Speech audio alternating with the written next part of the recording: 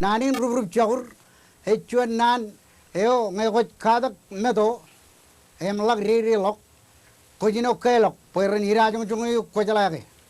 himu jagam ella yon menin kadak kwam he ko yengin nanin rubrub Jakur hi joge e ka bilang poeda ke jibar rubrub Jakur Shojim jammel bak melelein eber ke jej rubrub Jakurin won hecham melelein nani nagare kalyon Rubrub Jakur na iligin parulep na konajilo sadin lo medo ej ber iligin parulep na emilo sadane eo ro poj rej ber iligin parulep na konajilo ro yag poj ko kane rej pujan ailem rej kalikar Pahilo iyan o lariro na jel lijo bugani rarar dak Jakuryo engor kake imarmar error pojak inchopelak Bachadeo, age Berodic bin Wairo. Menne, Terorin, Lijabani Rana, Ligin Parulepene, Pachabero, Remedo, Alangem Jair Kadak, Renedale, Ligin Parulepene Moda, Hem Pagair Chalajani, Age Majinak, on Medo Ajamirajan Jongi Kadak or Kadak Kagi. Hangin Melelain Rubrub Jakur. H of Jakurin one, I H of Chuan kind Jakur. I got Kadak much, I'm ready of Kadak Medo. कोई तो मल लेकिन परुले भी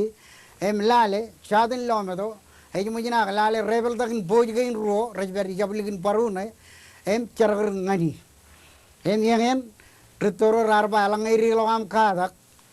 एक चलो बार मैंने को जाए उजिन कम मने आको जाए उजिन रुब्रुब Jakur मोदा वाद लेकिन परुले बने है जो मुझे ना कई किलो में तो ने अगर एक बुरे आरोज मले ले अगर किलो आरम्भ भले चिमत तनिन माजलिन रजलमना रुब्रुब Jakurin won kane em ek kadak kan poko mengin program ini akan kaman kacimu izin Jakuryo kono no kage le caman kan nanin Jakurin won ada Jakurin paru le colok ber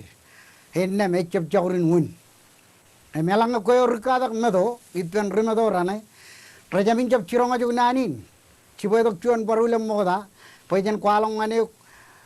ralagun kam mallagun ega jagana ilo medo मेरे कालिकर में यानी ये जागा ये तो लोग भोजन एक कालिकर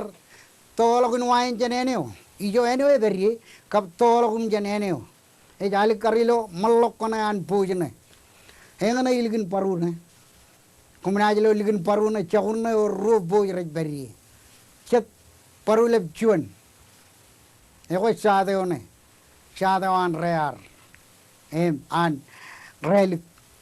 मेरे जिदा की पेंट्रोन एक बार को पाने दिन आगत कब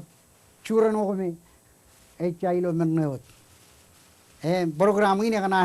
कम्बन का जिम्मे हुए रुब्रुब Jakur ने जब Jakurin वन अगर इल्लंग रच आपने ना तो मनाली ले राइनिंग आगे लब हुए रुब्रुब Jakurin वन आगे आले ले करना कम्बन का जिम्मे के Jakur ने इल्गिन परुले आगे मेले ले नानी रुब्रुब Jakur Chino irajang jonge kadak koam ke kor kadak medo. Eno ngira balle jena chino kia rubrub Jakur choje jiwa jillalan cerger kake kejo chen ailung ngan ailung. Helang e belok chap chuan medo mana kar chap polo lan kadak. Ailang e chap belok kar buki kadak koan jumajina wad ligin paru lebim. Hewa yang ane henaj karu arkam lelegi boya karu chaman kan nanin ka pelagin. Bata apa andre babak. Emilo yerin kia